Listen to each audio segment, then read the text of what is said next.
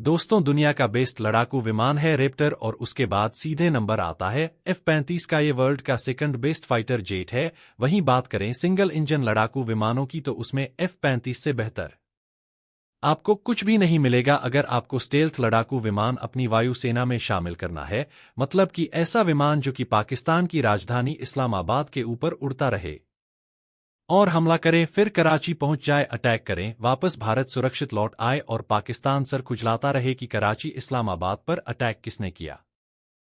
ऐसी टेक्नोलॉजी के साथ आने वाला एक ही लड़ाकू विमान है, उसे कहते हैं F-35। उसके अलावा दुनिया में आपको एक प्रॉपर स्टाइल डाको विमान खरीदने के लिए नहीं मिलेगा।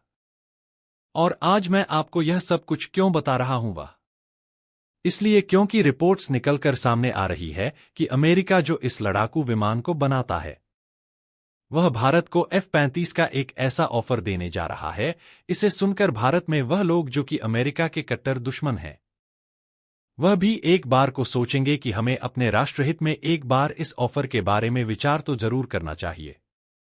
और भारत सरकार भी विचार करेगी। ऐसा क्यों? चलिए मैं आपको यह ऑफर विस्तार से बताता हूं। दरअसल आप जानकर हैरान होंगे कि भले ही यह F-35 एक अमेरिकी लड़ाकू विमान है, लेकिन सिर्फ अकेला अमेरिका इसे नहीं बनाता। अमेरिका ने F-35 प्रोग्राम नाम से एक पूरा ग्रुप तैयार किया है, जिसमें कई उसने अपने सहयोगी देशों को ऐड किया है और उन सभी देशों के साथ मिलकर वह F-35 बनाता है। इसीलिए आप देखे होंगे कि F-35 की फैक्ट्रियां आपको दुनिया भर में मिलेगी।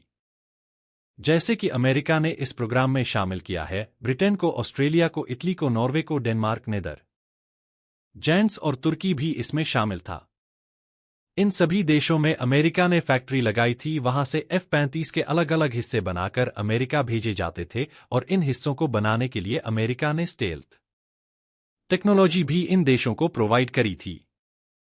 लेकिन 2017 से 18 में तुर्की के राष्ट्रपति ने जैसे भारत के साथ अपने संबंध बिगाड़े, ठीक उसी प्रकार से इन्होंने अमेरिका को भी अपना दुश्मन बनाना शुरू कर दिया और इसीलिए अमेरिका ने F-35 के प्रोग्राम से तुर्की को लात मारकर बाहर निकाल दिया था। लेकिन अब रिपोर्ट्स निकलकर सामने यह आ रही है कि अमेरिका भारत को एक मैसिव ऑफर देने जा रहा है और इस ऑफर के तहत भारत को लड़ाकू विमान सीधे नहीं बेचेगा, बल्कि वो भारत को इस F-35 के प्रोग्राम में शामिल करेगा, जिसके तहत तुर्की की जो जगह खाली हुई थी वो भारत को दी जाएगी। भारत में F-35 की सप्लाई चेन होगी, यानी कि भारत में मैन्युफैक्चरिंग होकर दुनिया के सभी देशों को बेची जा सकेगी।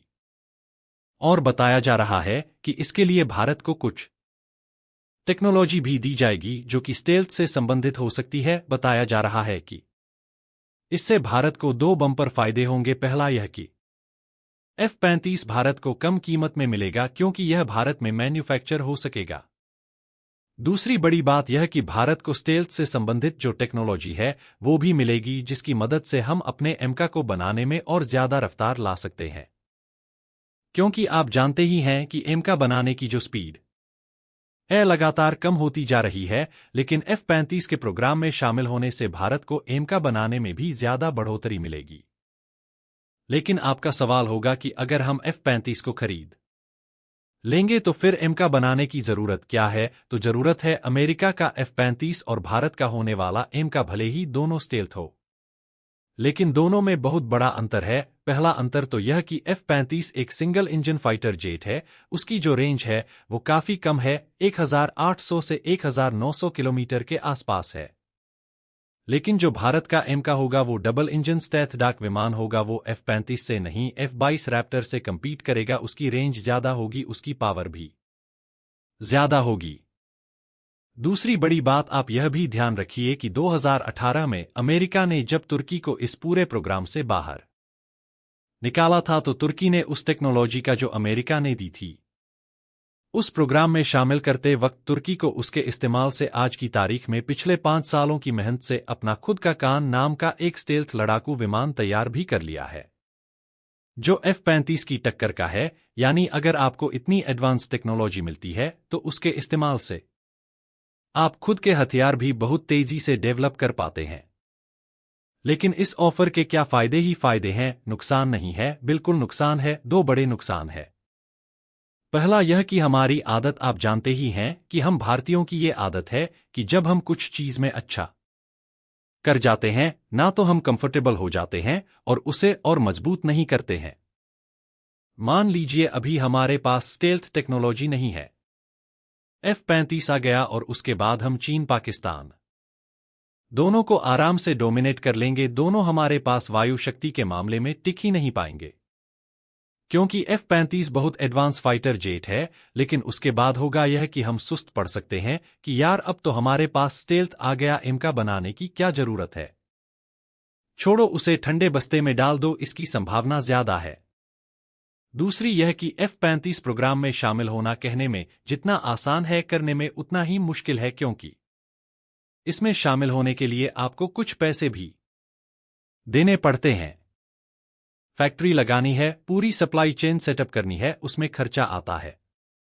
यानी कि पैसा और हमारा रवैया इसमें आड़े आ सकता है। लेकिन फिर भी इस ऑफर के बारे में सोचना चाहिए।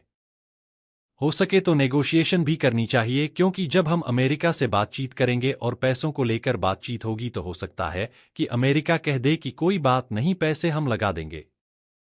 क्योंकि आज की तारीख में अमेरिका भारत के साथ जो अपने स्ट्रेटेजिक रिलेशंस हैं उन्हें हर हालत में मजबूत करना चाहता है, और उनके हिसाब से F-35 प्रोग्राम में शामिल होना भारत का इसमें एक मील का पत्थर साबित होगा। ऐसे में अमेरिका खुद से पैसे लगाने से भी शायद पीछे ना हटे। हालांकि इस पर आपका क्या मानना है, कमेंट करके जरूर बताइएगा। और वीडियो अच्छा लगा है तो लाइक और सब्सक्राइब जरूर कीजिएगा।